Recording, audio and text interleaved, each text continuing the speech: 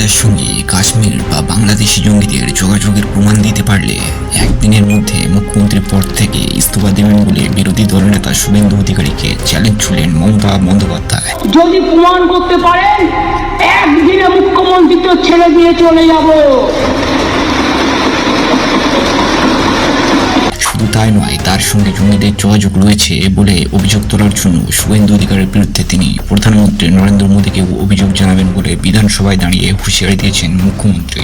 গতকাল বিধানসভায় সাসপেন্ড হওয়ার পর মুখ্যমন্ত্রীর বিরুদ্ধে তোষণের রাজনীতির অভিযোগ তুলতে গিয়ে চাঞ্চল্যকর একাধিক অভিযোগ করেছিলেন বিরোধী দলনেতা শুভেন্দু অধিকারী। এদিন রাজ্যপালের বক্তব্যের উপরে জবাবে ভাষণ দিতে গিয়ে বিরোধী দলনেতাকে সেই সমস্ত অভিযোগের উত্তর দেন মমতা। টেররিস্টদের সাথে আমার সম্পর্ক আর বাংলাদেশের সাথে টেররিস্টদের সাথে আমার সম্পর্ক।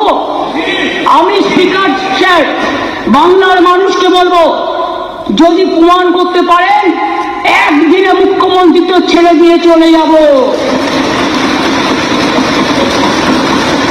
কিন্তু আপনি মুখের ভাষায় আপনি বিরোধী দল নেতা হিসাবে যে অ্যালিগেশন করেছেন আমি প্রধানমন্ত্রীকে চিঠি দিয়ে জানাবো, এ কথা আপনি বলতে পারেন কিনা? আর যদি আমি টেররিস্ট হই প্রধানমন্ত্রী আমাকে জানাবেন।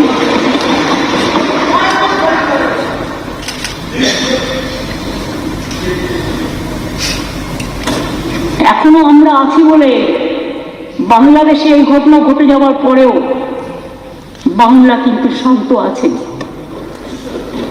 এটা কিন্তু সর্বধর্মের মানুষের দান, সর্ববর্ণের মানুষের দান, সর্বজাতির মানুষের দান। এটা কিন্তু মনে রাখবেন। আপনারা তো বর্ডারে গিয়ে উস্কে ছিলেন,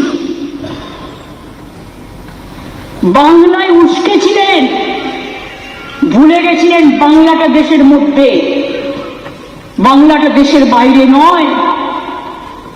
বেঙ্গল নেপাল বর্ডার আছে।